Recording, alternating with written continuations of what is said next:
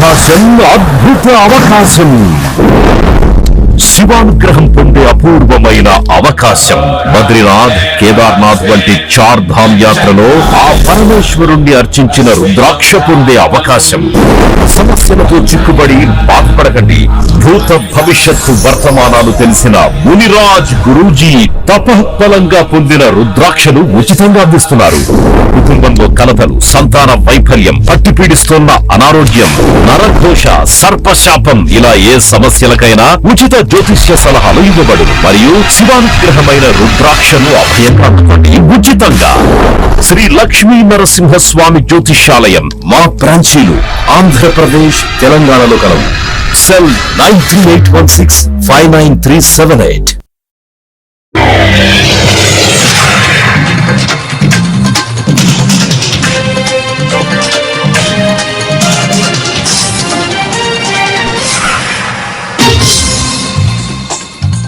నమస్కారం, city news తెలుగుకి స్వాగతం. ఈనాటి ముఖ్యాంశాలు.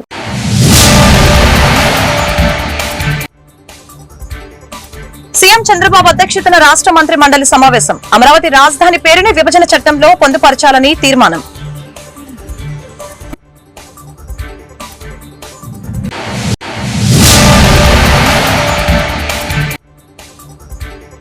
ఆవిష్కరణ, పెట్టుబడి కలిసిన చోట భవిష్యత్తు రూపుదిద్దుకుంటుంది. ఎలక్ట్రానిక్ పవర్ హౌస్ గా ఏపీని తయారు చేస్తాం, మంత్రి లోకేష్ వెల్లడి.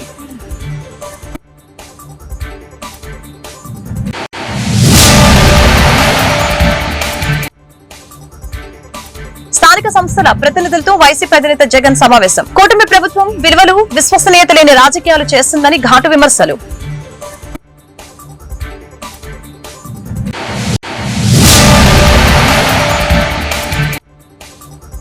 నగరపాలక సంస్థలు పని దొంగలు, కఠిన చర్యలు తీసుకుని పాలనను గాడిలో పెడతాం, ఎమ్మెల్యే గల్లామాధవి వ్యాఖ్యలు.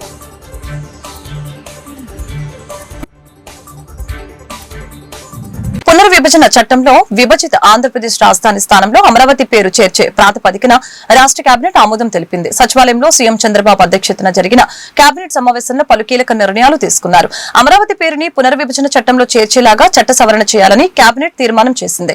ఈ తీర్మానాన్ని కేంద్రానికి పంపించనున్నారు. అలాగని ఈ భేటీలో అమరావతి పునర్నిర్మాణ పనులు ప్రారంభించిన ప్రధాని నరేంద్ర మోదీకి కేబినెట్ ధన్యవాదాలు తెలిపింది. 47వ CRDA సమావేశంలో తీసుకున్న నిర్ణయాలకు ఆమోద ముద్ర వేసింది. రాజధాని పరిధిలో వివిధ సంస్థలకి భూ కేటాయింపులకు ఆమోదం తెలిపింది. తల్లికి వందనం, అన్నదాత సుఖీభవ తదితర సంక్షేమ కార్యక్రమాలపై చర్చించింది. తీర ప్రాంత భద్రత, రక్షణ రంగ పరిశ్రమల వద్ద జాగ్రత్తల వంటి అంశాలపై సమీక్ష నిర్వహించారు. గత 5 సంవత్సరాల్లో ఆంధ్రప్రదేశ్ రాజధాని ఏది అంటే చెప్పలేని ఒక దౌర్భాగ్య పరిస్థితిలో ఉన్న విషయం అందరికీ తెలిసిందే. వాళ్ళ ఇష్టం వచ్చినట్లు 3 రాజధానులు, రకరకాల పేర్లు పెట్టి ఏ రాజధాని కూడా నిజం చేయటానికి కనీస ప్రయత్నం చేయని పరిస్థితులను మనం చూసాం. తెలుగు ప్రజలందరూ కూడా, ఆంధ్రప్రదేశ్ ప్రజలందరూ కూడా మీ రాష్ట్ర రాజధాని ఏది అని ఇతర రాష్ట్రాలు కానీ ఇతర దేశస్తులు కానీ అడిగితే చెప్పుకోలేని దౌర్భాగ్య పరిస్థితి మనం కూడా చూసాం. భవిష్యత్తులో ఎప్పుడు కూడా ఇటువంటి పరిస్థితి తలెత్తకూడదనే ఉద్దేశంతో ఈ రాష్ట్ర రాజధానికి గర్వించదగ్గ రాజధాని, ఈ రాష్ట్రానికి గర్వించదగ్గ రాజధానిని నిర్మించాలనే ఆలోచన ప్రీతం ముఖ్యమంత్రి గారు చేస్తున్న విషయం అందరికీ తెలిసిందే. ఒకసారి రాష్ట్ర విభజన చట్టం 2014 చూసినట్టయితే దాంట్లో సెక్షన్ 2, సెక్షన్ 5 ప్రకారం ఏంటంటే నిర్దేశింపబడిన కాల పరిమితి వరకు హైదరాబాద్ ఉమ్మడి రాష్ట్ర రాజధానిగా ఉంటుంది. నిర్దేశింపబడిన సమయం తర్వాత హైదరాబాద్ తెలంగాణ రాష్ట్రానికి రాజధానిగా, కొత్తగా నిర్ణయించబడే రాజధాని అమరావతికి ఆంధ్రప్రదేశ్కి ఉంటుందని చెప్పేసి ఆ చట్టంలో పేర్కొనబడింది. అంటే రాజధాని పేరు ఎక్కడ కూడా తెలుపుకోకుండా ఈరోజు దాన్ని అమెండ్మెంట్ చేయమని చెప్పేసి రిక్వెస్ట్ చేస్తూ తెలంగాణ రాష్ట్రానికి హైదరాబాదు, అమరావతి విభజిత ఆంధ్రప్రదేశ్కు రాజధానిగా అమెండ్ చేయాలని చెప్పేసి ఈరోజు ఏదైతే ప్రపోజల్ వచ్చిందో దాన్ని మంత్రిమండలి ఆమోదించడం జరిగింది. ఏ విధంగా అయితే గ్రేటర్ హైదరాబాద్ తెలంగాణకి రాజధానిగా ఉంటుందో, అమరావతి అంటే అమరావతిలో మిగతా ఏపీసీఆర్డీఏ చట్టంలో ఉన్న ప్రాంతాలన్నీ కూడా కలిపి అమరావతి.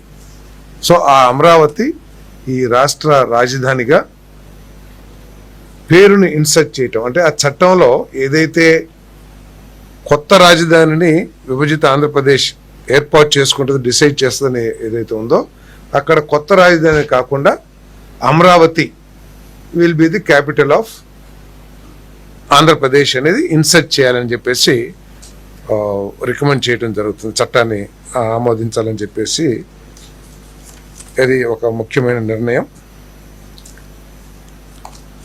అదేవిధంగా మనందరికీ తెలిసిందే, గత ప్రభుత్వంలో కేంద్ర ప్రభుత్వం నుంచి అనేక ప్రాజెక్ట్స్ వచ్చినా కూడా, అమృత్ కానివ్వండి, జల్ జీవన్ మిషన్ కానివ్వండి, ఆవిష్కరణ పెట్టుబడి కలిసే చోట భవిష్యత్తు రూపుదిద్దుకుంటుందని మంత్రి నారా లోకేష్ తెలిపారు. శ్రీ సిటీలో ఎల్జీ ఎలక్ట్రానిక్స్ యూనిట్ కి శంకుస్థాపన చేసిన అనంతరం ఆయన మాట్లాడారు. రాష్ట్రంలో సృష్టించే ప్రతి ఉద్యోగం ఆవిష్కరణ ద్వారా ఏపీని ఎలక్ట్రానిక్ పవర్ హౌస్ గా మార్చేందుకు బాటలు వేస్తున్నామని చెప్పారు. ఈ రోజు ఎల్జీ యూనిట్ కి మాత్రమే కాదు, ఏపీ భవిష్యత్తు కోసం కొత్త పునాదులు వేస్తున్నాం. ఈ కార్యక్రమంలో ఒక నిర్మాణ ప్రాజెక్టు కంటే పెద్దది. ఇది రాష్ట్రంతో పాటు దేశ పారిశ్రామిక వృద్ధి, సాంకేతిక పురోగతిలో ఒక మైలురాయి. 5,000 కోట్లకు పైగా పెట్టుబడితో రాష్ట్రానికి ప్రపంచ స్థాయి తయారీ యూనిట్ ను ఎల్జీ తీసుకువచ్చింది. మేడే ఇన్ ఆంధ్ర నుంచి మేడే ఫర్ ది వరల్డ్ వరకు మా జైత్రయాత్ర కొనసాగుతుందని లోకేష్ తెలిపారు. It is a great privilege to stand before you today at this momentous occasion, the groundbreaking ceremony of LG Electronics state-of-the-art facility here in Sri City, Andhra Pradesh. I extend a very warm welcome to the leadership of LG Electronics, India and global, and its vendor companies to our state. Today marks more than just the beginning of a construction projects. It is a defining milestone in the journey of industrial growth and technological advancement for our state and for our nation. Where innovation meets investment, the future is taking shape. With an investment exceeding 5,000 crores, LG Electronics is not only bringing a world-class manufacturing unit to Andhra Pradesh, but is also reaffirming global confidence in our state as a premier investment destination. We are really excited to deliver a product made in Andhra Pradesh, made for the world. This project is one of the first major foreign direct investment under the new government. The people of Andhra Pradesh gave us a resounding mandate. It's a history that we created in the last election. 94% of the seats that we contested, we won, and the clear mandate was about creating jobs, and we believe that this investment is in the step in that direction. This also reflects our leader Mr. Naidu's commitment to speed of doing business, robust infrastructure, a future focused vision of Andhra Pradesh. We promised ease of doing business, and today we are delivering speed of doing business. The LG factory will produce advanced home appliances, refrigerators, air conditioners, and washing machines, integrating the latest in smart and energy efficient technology. A smart factory, a smarter state, a smarter India. That journey is beginning here today. This isn't just about manufacturing. It's about shaping the future of living. YSRCP స్థానిక సంస్థల ప్రజా ప్రతినిధులతో ఆ party అధ్యక్షులు మాజీ ముఖ్యమంత్రి YS Jaganmohan Reddy సమావేశమయ్యారు. రాజంపేట, మడకశిర మున్సిపాలిటీలతో పాటు రామకుప్పం, రొద్దం మండలాల నేతలతో భేటీ అయిన ఆయన ఇటీవల జరిగిన ఎంపీపీ ఉప ఎన్నికల టీడీపీ అక్రమాలని ప్రస్తావించారు. పచ్చగూండాల దాడులను ఎదుర్కొన్న వారిని అభినందించారు. రాష్ట్రంలో కూటమి సర్కార్ విలువలు, విశ్వసనీయత లేని రాజకీయాలు చేస్తోంది. ఈ పరిస్థితుల మధ్య తులసి మొక్కల తెగువ చూపించి విలువలతో కూడిన రాజకీయాలకు అద్దం చెప్పి వాటిని చంద్రబాబుకి చూపారు. నిలబడిన మీ అందరికీ హ్యాట్స్ ఆఫ్. రాజకీయాల విలువలు, విశ్వసనీయత ఉండాలి, కానీ వాటన్నిటిని దిగజార్చారు చంద్రబాబు. ఈ పరిస్థితి చూడాల్సి వస్తుందని అనుకోలేదు అని వైఎస్ జగన్ పేర్కొన్నారు.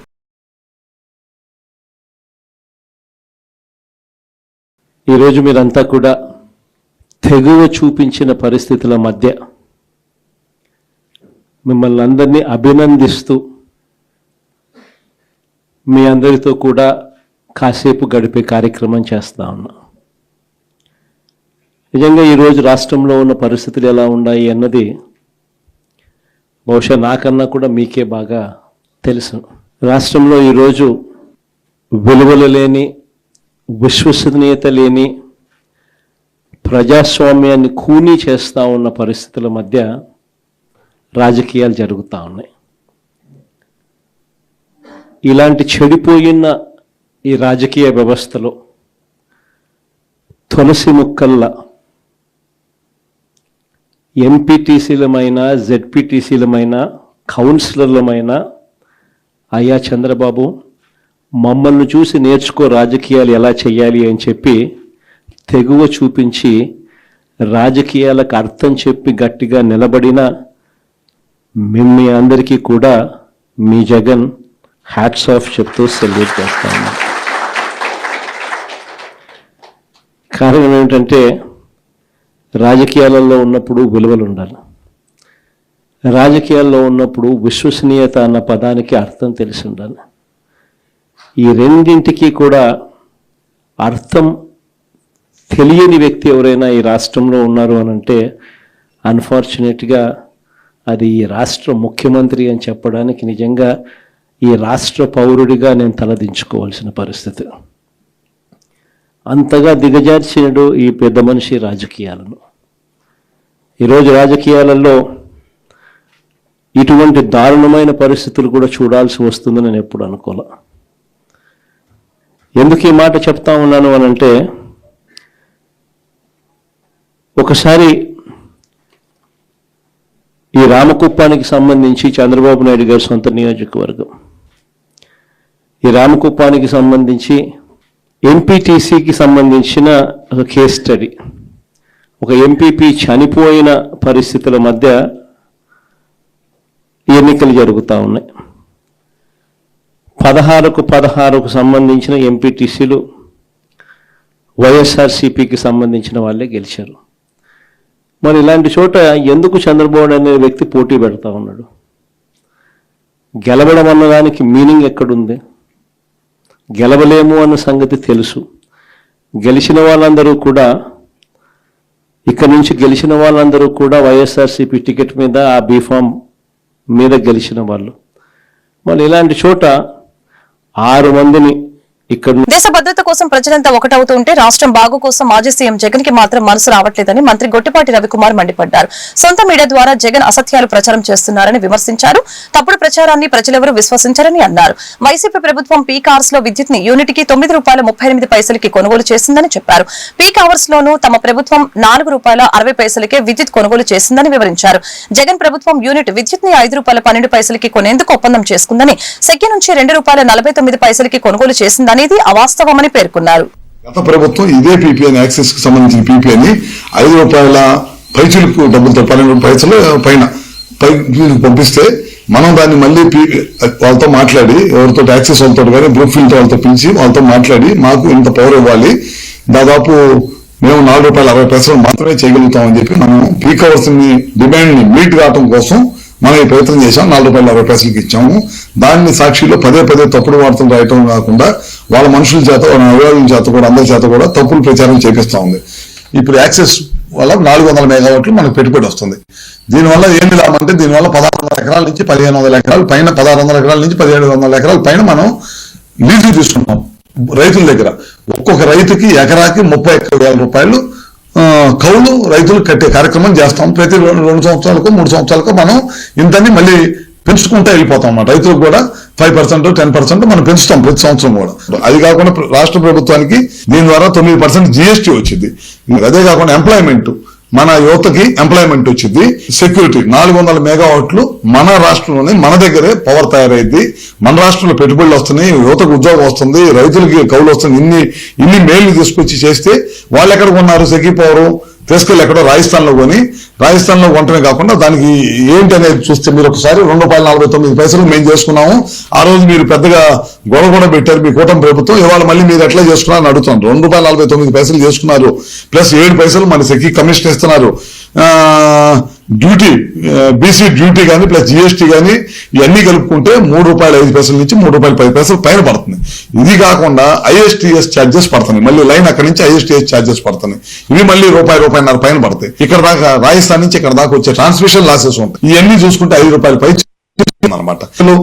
ఒక్కసారి ఆలోచించాలి, ఏ నిర్ణయం తీసుకున్నా కూటమి ప్రభుత్వం ప్రజలకు ఉపయోగపడే నిర్ణయం తీసుకునే తప్పగా ప్రజలకు నష్టం చేసే నిర్ణయం అనేది ఎప్పుడు కూడా తీసుకోమని చెప్పి కూడా మరొకసారి తెలియజేసుకుంటూ, చాలా మంది మేధావులు ఉన్నారు. ఒకసారి మేము ఏదైతే మా ఎస్పీడీసీలు మా డిస్కంలో అగ్రిమెంట్ అయినాయో వాటిని పూర్తిగా మీరు స్టడీ చేసి వాస్తవ పరిస్థితుల్ని ప్రజలకు తెలియ. గుంటూరు పశ్చిమ నియోజకవర్గంలో ప్రతి ఒక్కరూ ఆరోగ్యంగా ఉండాలన్న ఉద్దేశంతో ఉచిత వైద్య శిబిరాలు ఏర్పాటు చేస్తున్నామని ఎమ్మెల్యే గల్లా మాధవి తెలిపారు. ఈ మేరకు 28వ డివిజన్ సీతమ్మ కాలనీలో లలిత సూపర్ స్పెషాలిటీ హాస్పిటల్ సహకారంతో మెగా వైద్య శిబిరాన్ని ఏర్పాటు చేశారు. ఈ శిబిరంలో బీపీ, షుగర్ మొదలగు కొన్ని థైరాయిడ్, స్త్రీ సంబంధిత సమస్యలకి నిష్ణాతులైన డాక్టర్లతో సేవలు అందించారు. ఈ సందర్భంగా ఎమ్మెల్యే గల్లా మాధవి మాట్లాడారు. దైనందిన జీవితంలో పేదలు ఉరుకులు పరుగులు పెడుతూ తమ ఆరోగ్యాన్ని నిర్లక్ష్యం చేస్తున్నారని ఈ సందర్భంగా తెలిపారు.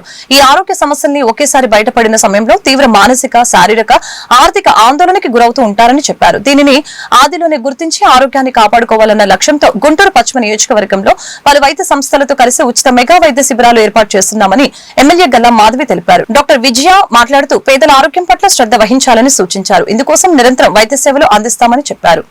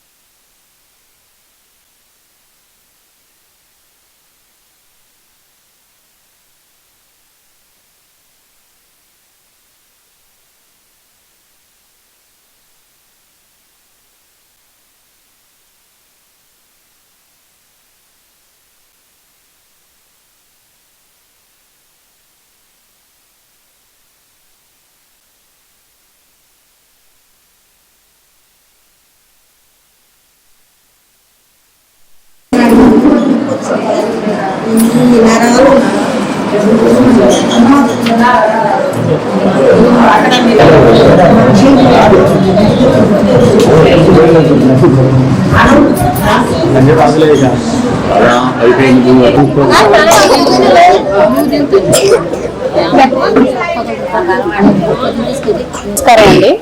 మరి 2025 న్యూ ఇయర్ అప్పుడే అందరికీ కూడా చెప్పడం జరిగింది, మీరు ప్రధానంగా దేని మీద ఈ నియోజకవర్గంలో ఫోకస్ చేస్తారు అంటే అందులో ముందుగా మహిళా ఆరోగ్యం మీద నా యొక్క దృష్టి సంవత్సరం మొత్తం కూడా ఉంటుంది అని చెప్పడం జరిగింది. దానికోసం అనేక ఈ వైద్య శిబిరాలను కూడా ఏర్పాటు చేసుకుంటాము, మహిళలందరికీ అవేర్నెస్ ఇస్తాము వాళ్ళ ఆరోగ్యం పట్ల అని చెప్పడం కూడా జరిగింది. మరి ఈరోజు మహిళలు ఎందరో వాళ్ళ ఆరోగ్యం పట్ల నిర్లక్ష్యాన్ని వహిస్తూ ఉన్నారు. కుటుంబం మొత్తం ఆరోగ్యం కూడా మహిళ యొక్క ఆరోగ్యం మీద బేస్ అయి ఉన్న క్రమంలో వాళ్ళకి వాళ్ళ ఆరోగ్యం పట్ల ఒక శ్రద్ధ అవసరము, అవగాహన అవసరము. ఈ నేపథ్యంలోనే అనేక వైద్య శిబిరాలను ఇప్పటికే మన పశ్చిమ నియోజకవర్గంలో ఏర్పాటు చేసుకోవడం జరిగింది. అయితే ఈ రోజు మన సీతమ్మ కాలనీలో అప్పారావు గారి డివిజన్లో మనకి లలిత హాస్పిటల్స్ వారి ఆధ్వర్యంలో విజయ గారి ప్రోద్బలంతో ఈ రోజు ఇక్కడ ఒక వైద్య శిబిరాన్ని ఏర్పాటు చేసుకొని దాదాపుగా 30 మంది వైద్య సిబ్బందితో ఈరోజు ఇప్పటికీ అంటే 10 నుంచి 4 దాకా కొనసాగే ఈ వైద్య శిబిరంలో ఇప్పటికే దాదాపుగా 100 మందికి పైగా వారి పరీక్షల నిమిత్తం అన్ని వచ్చి టెస్టులు చేయించుకొని డాక్టర్ గారిని సంప్రదించడం జరిగింది. అనేక సమస్యలతో వస్తున్నారు. ముఖ్యంగా దీర్ఘకాలిక సమస్యలైన ఈ డయాబెటిక్, థైరాయిడ్, పీసీఓడి ఇలాంటి అనేక సమస్యల మీద వస్తున్నారు. అదేవిధంగా కొంతమంది మహిళలకి అంటే ఇక్కడ ఈ ప్రాంతంలో డాక్టర్ గారు గమనించిన విషయం ఏంటంటే ఎక్కువ మందికి ఎక్కువ పిల్లలు ఉండడం వల్ల వాళ్ళు కొన్ని రకాలైన క్యాన్సర్లకు కూడా లోన్ అవుతున్నాము. దాని నిమిత్తం కూడా కొన్ని పాప్స్మియర్ లాంటి టెస్టులు కూడా మా హాస్పిటల్లో మేము నిర్వహిస్తూ ఉన్నాము. అది హాస్పిటల్కి తీసుకెళ్లి చూపిస్తున్నాం. స్క్రీనింగ్ టెస్టులు కూడా వారం పాటు ఫ్రీగా ఈ స్క్రీనింగ్ టెస్టులు కూడా నిర్వహిస్తూ ఉన్నాము అని చెప్పారు. ఇక్కడ బీపీ అండ్ ఈసీజీ, ఎక్స్రే ఇలా పలు విభాగాలు, బ్లడ్ షుగర్ ఇలా అన్ని విభాగాల్లో ప్రత్యేక దృష్టిని సారించి ఇక్కడ అన్ని పరీక్షలు కూడా ఉదయం నుంచి అందరికీ చేపట్టడం జరిగింది. ఆ రిపోర్ట్ల ఆధారితంగా అందరికీ కూడా ఉచితంగా మందులను కూడా ఈరోజు మన గుంటూరు ఎమ్మెల్యే మాధవి గారి ప్రోత్సాహంతో ఆవిడకున్న ప్రజల పట్ల ఆరోగ్యం పట్ల ఉన్న ఆవిడ ప్రత్యేకమైన ఆసక్తిని గమనించి మా లలిత హాస్పిటల్ వాళ్ళు ఇవాళ ఈ ఫ్రీ క్యాంప్ చేయడానికి ముందుకొచ్చాము. మేడం చెప్పినట్టుగా ఇందాక చాలా జబ్బులు తొలి దశలో గుర్తించలేకపోవటం మూలంగా చాలా అడ్వాన్స్ స్టేజ్లో ఉండి ఉదాహరణకి బీపీ ఉందనుకోండి, it's silent disease, silent killer అంటారు. ఎవరికి తెలియదు బీపీ చూస్తే తప్పితే చెక్ చేసుకునేదాకా. చాలా సార్లు వాళ్ళ కిడ్నీ ఫెయిల్యూర్ అయ్యి డయాలసిస్ స్టేజ్ వచ్చేదాకానో లేకపోతే పెరాలసిస్ వచ్చేదాకానో హార్ట్ అటాక్ వచ్చేదాకానో తెలియదు. అదేవిధంగా ఈ షుగర్ కూడా పెద్ద లక్షణాలు ఉండవు, కొన్ని లక్షణాలు ఉండొచ్చు, కానీ చాలా సార్లు ఒక 6 నెలలు 1 year దాకా తెలియకపోవచ్చు, షుగర్స్ బాగా పెరిగిపోయి కోమాలకు వెళ్ళేదాకా. మూడవది ఈ క్యాన్సర్ అనేది ఈ మహిళల్లో ముఖ్యంగా ఈ బ్రెస్ట్ క్యాన్సర్ ఒకటి, గర్భాశయ క్యాన్సర్ ఒకటి తొలి దశలో గుర్తించడానికి చాలా సింపుల్ విషయాలు ఉన్నాయి. ఆ హెల్త్ ఎడ్యుకేషన్ అంటాం మనము. ట్రీట్మెంట్ కంటే కూడా health education, general principles, hygiene ఇవన్నీ వాళ్ళు చెప్పినట్టయితే చాలా వరకు మనము వాళ్ళందరినీ కాపాడిన వాళ్ళు అవుతాము. అందుకని క్యాంప్ అనేది జస్ట్ మందులు ఇవ్వటం అనేదే కాకుండా వాళ్ళకి ఎలా చేయాలి, ఏం చేయొచ్చు, ఏం చూపించుకోవాలి, దాని నెక్స్ట్ ఏంటి అనేది మొత్తం మనం ఒక 1 week ప్రణాళిక పెట్టాము. ఇవి ఒకసారి చూసి వెళ్ళిపోవడం కాకుండా వీళ్ళని ఫాలో అప్ చేసి మా హాస్పిటల్లో వారం వరకు అవసరమైన టెస్టులని ఉచితంగా. Guntur Takkellapadu Sibar institute of dental sciences వారి ఆధ్వర్యంలో రక్తదాన శిబిరం ఏర్పాటు చేయడం జరిగింది. కార్యక్రమానికి ముఖ్య అతిథిగా గుంటూరు జిల్లా కలెక్టర్ నాగలక్ష్మి పాల్గొన్నారు. ఈ సందర్భంగా డైరెక్టర్ కృష్ణప్రసాద్ మాట్లాడారు. తలసేమియా చిన్నారుల కోసం డెంటల్ విద్యార్థులు బ్లడ్ డొనేట్ చేస్తున్నారని, ఈ బ్లడ్ డొనేషన్ లో పాల్గొన్న విద్యార్థులు కలెక్టర్ నాగలక్ష్మి చేతుల మీదుగా సర్టిఫికెట్ ని అందించడం జరిగిందని చెప్పారు. అంతేకాకుండా ఇంత మంచి కార్యక్రమాన్ని చేసినందుకు సిబార్ డెంటల్ కాలేజ్ యాజమాన్యానికి, తలసేమియా కార్యక్రమాన్ని చేసిన స్టాఫ్ ని జిల్లా కలెక్టర్ అభినందించారు. కార్యక్రమంలో తలసేమియా స్టాఫ్ మరియు సిబార్ డెంటల్ కాలేజ్ యాజమాన్యం మరియు ప్రొఫెసర్స్, స్టాఫ్, విద్యార్థులు పాల్గొన్నారు. Every year on May 8th, it is a day in making a difference. Thalassemia patients often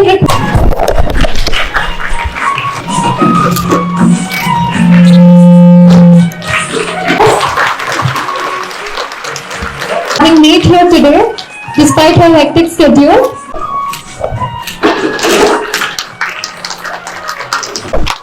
I also request that Shiva Daycare Center, Sambasivara Garu is felicitating our esteemed Thalassemia Daycare Center.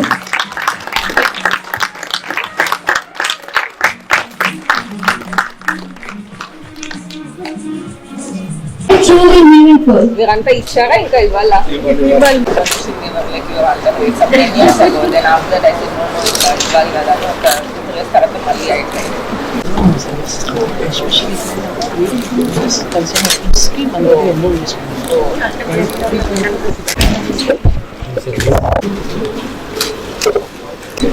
Sir, 1 second.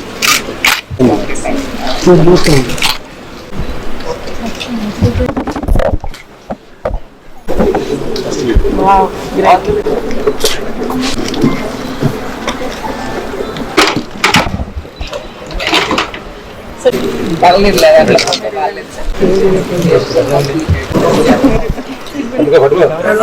So I think I'm happy that today I also finally made it. So mundiga coming to today's theme, the World Thalassemia Day. So I'm just happy to see that there are so many students and faculty and members of the institution. All of you have come forward to donate to this cause.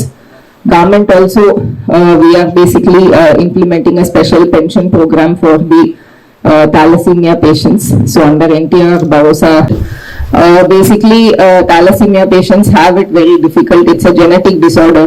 There is no permanent cure, and they have to frequently treat it with transfusion, blood transfusion.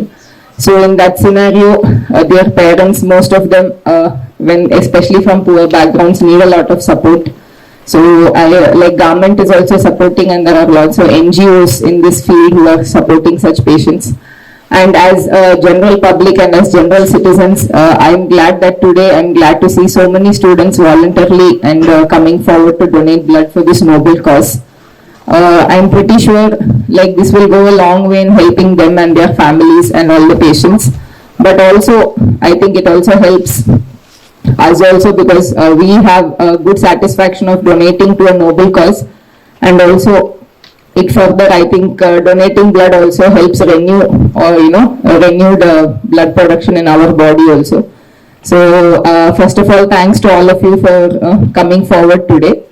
And I have about 2-3 lines about your institute also. Like when I came, thalassemia day సందర్భంగా Shiva dental college వాళ్ళ ఆధ్వర్యంలో thalassemia needs centre ఉంది గుంటూరు, వారి ఇద్దరు జాయింట్గా blood donation programme పెట్టాను. ఇక్కడ మా dental కాలేజీకి సంబంధించిన 100 మంది స్టూడెంట్స్, ఫ్యాకల్టీ ఇవాళ స్వచ్ఛందంగా బ్లడ్ డొనేట్ చేయడానికి ముందుకు వచ్చారు.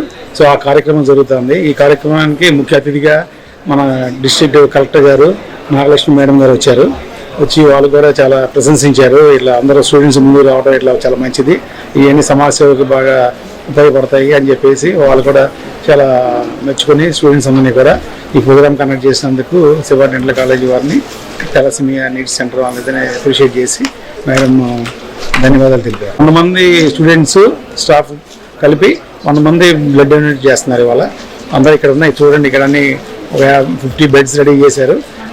1 by 1 అందరికి చేసుకుంటే సాయంకాలం దాకా ఈ ప్రోగ్రామ్ జరుగుతుంది. నగరపాలక సంస్థలో పని దొంగలు ఎక్కువగా ఉన్నారని ఎమ్మెల్యే గల్లా మాధవి సంచలన వ్యాఖ్యలు చేశారు. గత కొన్నేళ్ల నుంచి కార్పొరేషన్ లో పాతుకుపోయిన వారు చిత్తశుద్దితో పనిచేయడం లేదని ఆరోపించారు. ఈ కారణంగా ప్రజలు ఇబ్బందులు పడుతున్నారని అన్నారు. అధికారుల నిర్లక్ష్యం కారణంగా ప్రభుత్వం ఆశించిన ఫలితాలు రావడం లేదని వ్యాఖ్యానించారు. అలాంటి వారిని బదిలీ చేయడం లేదా సస్పెండ్ చేయాలని డిమాండ్ చేశారు. గుంటూరులో నెలకొన్న సమస్యను అధికారుల నిర్లక్ష్యంపై కౌన్సిల్ సమావేశంలో ప్రస్తావించడం జరిగిందని అన్నారు. ప్రజలకు మేలు చేసేందుకు ఎలాంటి నిర్ణయాలు తీసుకునేందుకు వెనకాడబోమని ఎమ్మెల్యే మాధవి స్పష్టం చేశారు. అధికారంలోకి వచ్చిన కాడి నుంచి నేను గమనించింది ఏంటంటే సిబ్బంది యొక్క వైఖరిని దృష్టిలో పెట్టుకుంటే సగం మంది సిబ్బంది ఏమో ఎప్పుడు కూడా ఉత్సాహభరితంగా ఏదైనా చెయ్యాలి అనే ఒక ఆలోచనతో ఉండేవాళ్ళు ఉంటారు. సగం మంది ఏమో ఎప్పుడు కూడా పనిని తప్పించుకునే విధంగా, లేదంటే స్వలాభం ఉంటే తప్ప పని చేయని విధంగా కొంతమంది అధికారులు కానీ సిబ్బంది కానీ ఉంటుంటారు. ప్రతి సిస్టమ్ లో ఇది కామన్ గా నడుస్తూ ఉంటది.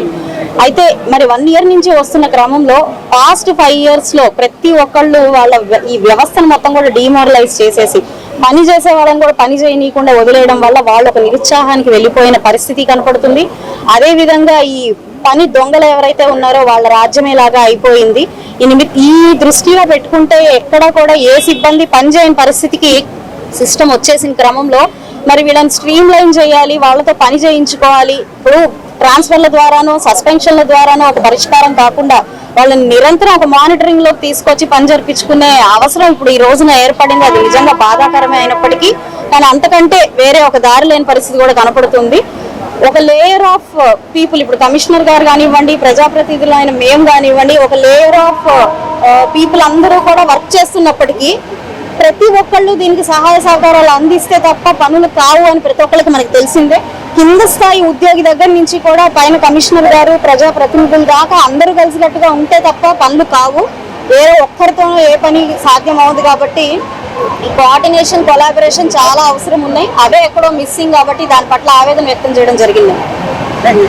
కూడా చాలా వరకు అనాథరైజ్డ్ కన్స్ట్రక్షన్ దీనికి కమిషనర్ ఆన్సర్ ఇవ్వాలని మీరు గట్టిగా అడిగారు. అవునండి, మనం రోజు చూసినా మీరే రాస్తున్నారు పేపర్ల నిండా టౌన్ ప్లానింగ్ విభాగం ఫెయిల్ అవుతుంది, ఒకదానికి పర్మిషన్ తీసుకుంటున్నారు, మిగతావన్నీ కట్టేస్తున్నారు, వాటికి ఏ రకమైన చెక్ లేకుండా పోతుంది అని చెప్తున్నారు. దాన్ని నేను కూడా ప్రశ్నించడం జరిగింది. అటు పేపర్లనే కాదు మా దాకా కూడా ఎన్నో కంప్లైంట్స్ వస్తున్న నేపథ్యంలో దాని గురించి ప్రస్తావించడం జరిగింది. అయితే ఇది సీరియస్ గా తీసుకోవాల్సిన యాక్షనే. దీని పట్ల ఒక సరైన ఆన్సర్ వచ్చేదాకా మాత్రం మేము పోరాడతాము.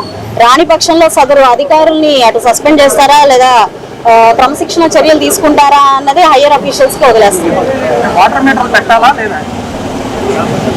ఏదైనా బాధ్యతాయుతమైన పరిపాలన లక్ష్యంగా ఈరోజు ఏ ఆలోచన చేసినా దాని వెనకాల ఉన్న ఏకైక లక్ష్యం ఒక బాధ్యతాయుతమైన సిస్టాన్ని మనం డెవలప్ చేయడం మాత్రమే.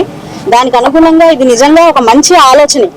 ఎందుకంటే ప్రతి ఒక్కళ్ళు వాళ్ళ యూసేజ్ ని స్ట్రీమ్ లైన్ చేసుకోవడం, అకౌంటబిలిటీలోకి తీసుకురావడం మంచిది. ఎందుకంటే మనం ఈరోజు చూస్తున్నాము యథేచ్ఛగా వాడే వాళ్ళకి ఒక అకౌంటబిలిటీ లేదు, అటు గుక్కెడు నీళ్లు అందక బాధపడుతున్న వాళ్ళ సమస్య తీరడం లేదు. సో ఇలాంటి పరిస్థితుల్లో ఒక మీటర్ పెట్టుకొని ఎంత వాడితే అంత కట్టుకునే పరిస్థితుల్లో కనీసం అపార్ట్మెంట్ వాళ్ళకైనా లేదంటే కమర్షియల్. గుంటూరు నగరపాలక సంస్థ అధికారిక వెబ్సైట్ ప్రారంభోత్సవం ఘనంగా జరిగింది. ఈ GMC mobile app, GMC WhatsApp chat board, GMC connect mobile అప్లికేషన్లను అధికారిక వెబ్సైట్ లో పొందుపరిచిన యాప్లను ఆవిష్కరించారు. జీఎంసీ కౌన్సిల్ సమావేశ మందిరంలో ఏర్పాటు చేసిన కార్యక్రమంలో నగర మేయర్ కోవలమూడి రవీంద్ర, కమిషనర్ పులి శ్రీనివాసులు, కార్పొరేటర్లు పాల్గొన్నారు. ఈ వివరాలను మేయర్ కమిషనర్ మీడియాకు వెల్లడించారు. నగరపాలక సంస్థకు సంబంధించిన అన్ని పరిపాలనా వివరాలని యాప్లు అధికారిక వెబ్సైట్ లో పొందుపరిచి అందించాలనే ఉద్దేశంతో కార్యక్రమం నిర్వహించడం జరిగిందని చెప్పారు. పరిపాలనను సులభతరం చేయడంతో పాటు డిజిటల్ సేవలను విస్తృతం చేస్తామని వారు వెల్లడించారు.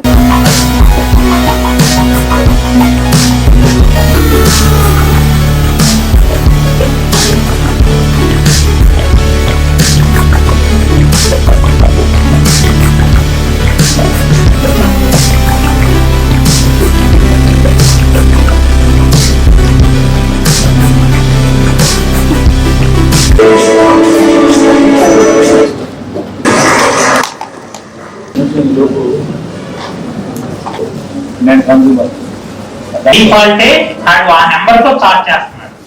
ఆ నెంబర్ రిజిస్టర్ యాప్ ఇన్స్టాల్ చేసినప్పుడే అది వాడదా కాదని. సో ఆ నెంబర్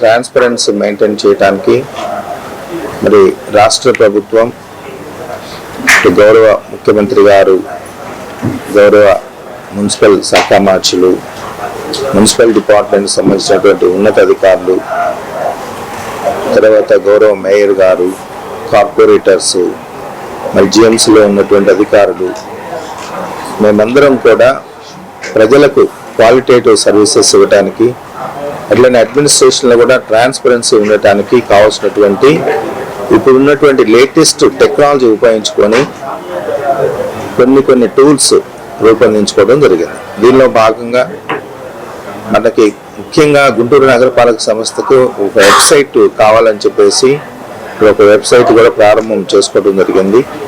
గతంలో ఉండేది, మరి కొన్ని కారణాల వల్ల అది ఫంక్షనింగ్లో లేదు. ఇప్పుడు మళ్ళా ఫ్రెష్గా ఇప్పుడు ఉన్నటువంటి కంటెంట్ బేస్ చేసుకొని ఒక వెబ్సైట్ లాంచ్ చేసుకోవడం జరిగింది. ఇది కాకుండా అఫిషియల్ అడ్మినిస్ట్రేషన్ పర్పస్లో ఒక డేటా జిఎంసి కనెక్ట్ అనేది ఒక డేటా, ఒక యాప్, అట్లాగే జిఎంసి ఏటీఎం అనేది ఒక టాస్క్ మేనేజర్ లాగా అది వెబ్ అప్లికేషన్ ప్లస్ యాప్ కూడా, ఈ రెండు కూడా ఈరోజు లాంచ్ చేసుకోవడం జరిగింది. ఇది ప్యూర్లీ అడ్మినిస్ట్రేషన్ రిలేటెడ్, అంటే అడ్మినిస్ట్రేషన్లో మానిటరింగ్ పర్పస్, తర్వాత స్పీడ్ డిస్పోజల్కి సంబంధించినటువంటి మెకానిజం, తర్వాత వేరియస్ సర్వీసెస్ ఇంటిగ్రేట్ చేసుకోవటం, ఇవంతా కూడా ప్యూర్లీ అడ్మినిస్ట్రేషన్కి ఈ రెండు ఉపయోగపడతాయి. ఇవి కాకుండా మన జిఎంసి, తర్వాత జిఎంసి వాట్సాప్ చాట్ బాట్, ఈ రెండు కూడా ప్రజల కోసం మనము లాంచ్ చేసుకున్నటువంటి యాప్ అప్లికేషన్ ఒకటి. అట్లనే భారతదేశంలో ఉన్నటువంటి బౌద్ధుని యొక్క ఔన్నత్యాన్ని, ధర్మగుణాన్ని, విశేషాలను తెలుసుకుని నైతిక విలువలకి ప్రాధాన్యతనిస్తూ డాక్టర్ బిఆర్ అంబేద్కర్ భారత రాజ్యాంగాన్ని రాశారని స్పష్టంగా ఆయన తెలియజేసినట్లు మంగళగిరి బుద్ధ విహార అధ్యక్షులు రేఖా కృష్ణారావు పేర్కొన్నారు. ఈ నెల 12వ తేదీన జరిగే 2569వ బుద్ధ పూర్ణిమ రజతోత్సవ వేడుకలకు విజయవంతం చేయాలని కోరుతూ మంగళగిరి గౌతమ బుద్ధ రోడ్లోని రాయల్ బ్యాంకిట్స్ ఫంక్షన్ హాల్లో సమావేశం నిర్వహించడం జరిగింది. మంగళగిరి బుద్ధ విహార అధ్యక్షులు రేఖా కృష్ణార్జునరావు అధ్యక్షతన జరిగింది. సమావేశానికి ఆంధ్ర నాటక కళా సమితి అధ్యక్షులు నన్నపనేని నాగేశ్వరరావు, మంగళగిరి సాహితీ కళా వేదిక కన్వీనర్ గుత్తుకొండ ధనుంజయరావు, ప్రజానాట్య మండలి జిల్లా నాయకులు కంచెల్ల కాసయ్య తదితరులు పాల్గొన్నారు.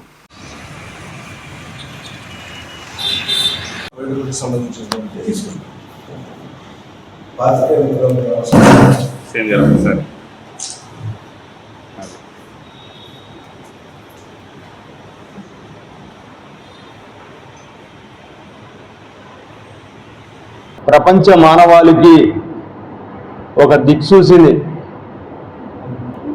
సమాజంలో మానవుడిగా జన్మించినందుకు తను ఉండాల్సినటువంటి తీరు తెన్నులపై బుద్ధుడు రచించినటువంటి అనేక విషయాలనే ఇప్పుడున్నటువంటి ఈ కాలానికి అనుగుణంగా ప్రజల చెంతకు చేరే విధంగా గత 25 సంవత్సరాలుగా మంగళగిరిలో పెద్దలు రేఖా కృష్ణార్జునరావు గారి సారథ్యంలో బుద్ధ విహార నేతృత్వంలో పెద్ద ఎత్తున బుద్ధుని జయంతి, బుద్ధ పూర్ణిమ వేడుకలు నిర్వహిస్తున్నటువంటి సంగతి అందరికీ తెలిసింది. అదేవిధంగా 2569వ జయంతి బుద్ధుని జయంతి సందర్భంగా ఈ నెల 12వ తేదీ సోమవారం సాయంత్రం 5 గంటలకు మంగళగిరి గౌతమ బుద్ధ రోడ్లోని రాయల్ కన్వెన్షన్లో పెద్ద ఎత్తున బుద్ధుని జయంతి వేడుకల్ని మరి ఏర్పాటు చేయడం జరిగింది. ఈ కార్యక్రమానికి అనేక జిల్లాల నుంచే కాకుండా మంగళగిరి నియోజకవర్గంలోని ప్రజల వేడుకల్లో మరొక ప్రధానమైనటువంటి ఘట్టం ఉంది. మంగళగిరి ప్రాంతంలో అనేక మంది కళాకారులు, రచయితలు, కవులు, నటులు అనేక మంది కళల మీద మరి ఎంతో ఆసక్తికరమైనటువంటి ప్రజాదరణ పొందినటువంటి మహానుభావుల్ని ఒక పుస్తకంలో చేర్చి కళల సిరి మంగళగిరి అనే పేరుతో ప్రముఖ సాహితీ విమర్శకులు గౌరవనీయులు రజా హుస్సేన్ గారు రచించినటువంటి కళల సిరి మంగళగిరి పుస్తక ఆవిష్కరణ కూడా ఆ రోజు జరుగుతుంది. బుద్ధ పౌర్ణమి సందర్భంగా బుద్ధ పౌర్ణమి 25వ వార్షికోత్సవాలు మంగళగిరి పట్టణంలో మానవతా వేదిక ఆధ్వర్యంలో జరుగుతూ ఉన్నాయి. దీనికి మంగళగిరి పరిసర ప్రాంత ప్రజలు అందరూ ఈ కార్యక్రమంలో పాల్గొనాలని చెప్పేసి ఆహ్వానం చేస్తూ ఉన్నాం. 2500 సంవత్సరాల పైచిలుకు తర్వాత కూడా బుద్ధుని యొక్క మార్గాన్ని ఇవాళ అది తప్ప మరొక మార్గం లేదనేది అక్షర సత్యం. దేశంలో అనేక తాత్విక మార్గాలు ఉన్నాయి, కానీ ఇవాళ ప్రపంచం ఉన్నటువంటి పరిస్థితుల్లో రేపు 12వ తారీఖు జరగబోయే బుద్ధ పూర్ణిమ రైతోత్సవ వేడుకల సందర్భంగా ఈ ప్రెస్ మీట్ పెట్టడం జరిగింది. ఎందుకంటే మంగళగిరిలో గత 25 సంవత్సరాల నుంచి కూడా మరి కార్యక్రమాలు జరుగుతున్నాయి. పెద్ద ఎత్తున చేద్దామనే ఉద్దేశంతో ఈ సంవత్సరం మేము ఒక కమిటీగా ఏర్పడ్డాం. అది చాలా సంతోషం. ఎందుకంటే బుద్ధుని దీవెనలు కానీ బుద్ధుని సూక్తులు కానివ్వండి, ఏదైనా కానివ్వండి, ప్రపంచానికి ఈ రోజుల్లో చాలా అవసరం. మనకి తెలవటం లేదు కానివ్వండి, ఇది అసలు మామూలుగా చిన్నపిల్లల నుంచి కూడా తీసుకురావాలి. మనకన్నా కూడా నాకు మిత్రులు అమెరికాలో ఉన్నారు, వాళ్ళు ఎక్కువగా పంపిస్తారు ఇవన్నీ. అంటే డాక్టర్లు కానివ్వండి, వీళ్ళందరూ కూడా అక్కడ బుద్ధుని ఇదే ఉండాలని చెప్పి ఉద్దేశంతో జరుగుతున్నాయి. అది ఇంకా ప్రచారం చేసి చిన్నపిల్లల్లో కూడా జై శ్రీరామ్ అంటూ మండల కేంద్రం దుగ్గిరాల మారుమ్రోగింది. స్థానిక యాదవపాలెంలో వెంచేసి ఉన్న శ్రీ కోదండ రామచంద్ర స్వామి మహా సంప్రోక్షణ కార్యక్రమం ఈ నెల 4 నుంచి శ్రీ కోదండ రామచంద్ర స్వామి భక్త బృందం ఆధ్వర్యంలో వైభవంగా ప్రారంభించారు. దీనిలో భాగంగా చివరి రోజు గురువారం ఉదయం విశ్వక్షేణ పూజ, పుణ్యాహవచనం, సంకల్పం, యంత్రారాధన, యంత్రస్థాపన, రత్నన్యాసం వంటి పూజా కార్యక్రమాలతో 7:56 విగ్రహ స్థాపన, ప్రాణ ప్రతిష్ఠ, ఉక్త హోమాలు, పూర్ణాహుతి, విశేష పూజ, నైవేద్యం, హారతి, మంత్రపుష్పం, యజమాని ఆశీర్వచనాలు వంటి కార్యక్రమాలు జరిగాయి. అనంతరం భక్తులకి ప్రథమ దర్శన భాగ్యాన్ని కల్పించారు. ముఖ్యంగా సీతారామ లక్ష్మణ హనుమాన్ విగ్రహాలతో పాటుగా వినాయకుని విగ్రహ ప్రతిష్టలు జరిగాయి. ఈ కార్యక్రమంలో గ్రామస్తులు, భక్తులు, మహిళలు పాల్గొన్నారు.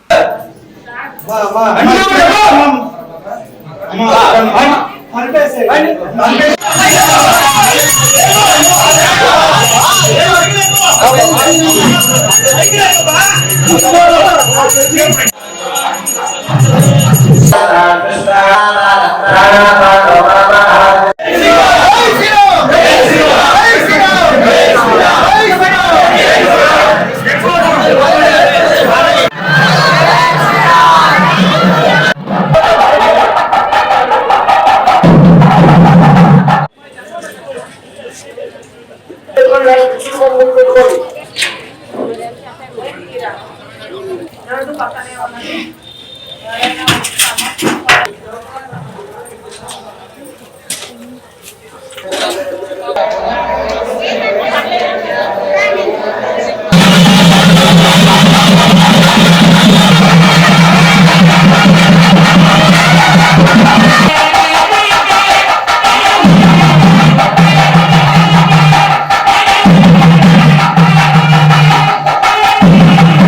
తిరుపతి జాతీయ సంస్కృత విశ్వవిద్యాలయంలో ఆగమ డిపార్ట్మెంట్లో నేను హెడ్గా ఉన్నాను.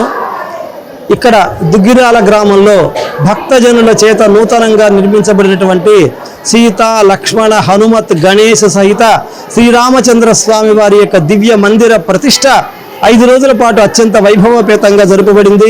చక్కగా గ్రామస్తులందరూ కూడా కావలసినటువంటి విధంగా సహకరించారు. కలశ స్థాపన, హోమాలు, అధివాసాలు, పంచగవ్యాధివాసం, క్షీరాధివాసం, జలాధివాసం, నేత్రోన్మీలనం, హౌత్ర ప్రశంసనం మొదలైనటువంటి కార్యక్రమాలన్నీ కూడా అద్భుతంగా ప్రతిరోజు కూడా జరుపబడ్డాయి. ఈరోజు ఉదయం వృషభ లగ్నంలో 7:56 ఆ యంత్రస్థాపన, బింబస్థాపన అంతా కూడా జరుపబడింది. లోకక్షేమం కోసం రాష్ట్ర గ్రామ యజమాన ఆచార్య అర్చకాదులు అందరూ కూడా అభివృద్ధిలోకి రావాలి అని, రామరాజ్యం స్థాపించబడాలి అని చెప్పి, ఆ రామచంద్రుడి యొక్క కృపాకటాక్ష వీక్షణం అందరికీ కలగాలి అని చెప్పని గ్రామజనులందరూ కూడా ప్రోత్సాహంతో వైఖాన సాగమోక్తంగా 5 రోజుల పాటు జరిగేటువంటి కార్యక్రమం అంతా కూడా వైదికంగా నిర్వహించబడింది. భక్తజనులందరూ కూడా విచ్చేసి ఆ సీతా లక్ష్మణ హనుమత్ సమేత గణేశ సహిత శ్రీరామచంద్ర స్వామి వారి యొక్క దర్శన భాగ్యానికి అందరూ కూడా చక్కగా అహమహమికతో వస్తూ ఉన్నారు. వారికి అందరికీ కూడా తీర్థ ప్రసాదాలు ఇవ్వటం జరుపబడుతూ ఉంది. ఓం నమో వెంకటేశాయ. అద్దేపల్లి హరికృష్ణ. ఆపదామహప్తారాం ధాతారాం సర్వసంపదాం లోకాభిరామం శ్రీరామం భూయో భూయో నమామ్యహం. భక్త మహాశైలారా, గత 5 రోజుల నుంచి మన దుగ్గిరాల గ్రామంలోని యాదవపాలెంలో ఉన్నటువంటి శ్రీ కోదండరామస్వామి వారి యొక్క ప్రతిష్ఠ క్రమం అత్యద్భుతంగా వైభవంగా వైఖాన సాగమ శాస్త్రంగా జరుగుతున్నాయి. మరి భక్తులందరూ కూడా విశేషంగా పాల్గొన్నారు. ఇవాళ రోజున స్వామివారి కళ్యాణోత్సవం. అలానే వార్తలు ముగించే ముందు ముఖ్యాంశాలు మరొకసారి.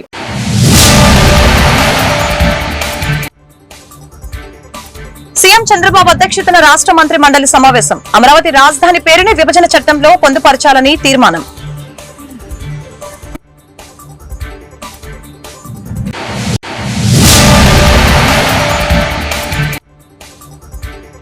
ఆవిష్కరణ, పెట్టుబడి కలిసిన చోట భవిష్యత్తు రూపుదిద్దుకుంటుంది. ఎలక్ట్రానిక్ పవర్ హౌస్ గా ఏపీని తయారు చేస్తాం, మంత్రి లోకేష్ వెల్లడి.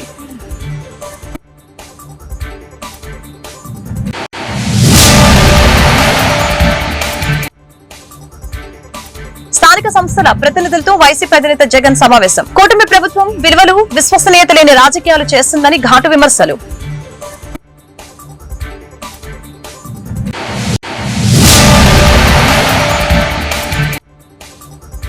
నగరపాలక సంస్థలో పని దొంగలు, కఠిన చర్యలు తీసుకుని పాలనను గాడిలో పెడతాం, ఎమ్మెల్యే గల్లమాధవి వ్యాఖ్యలు.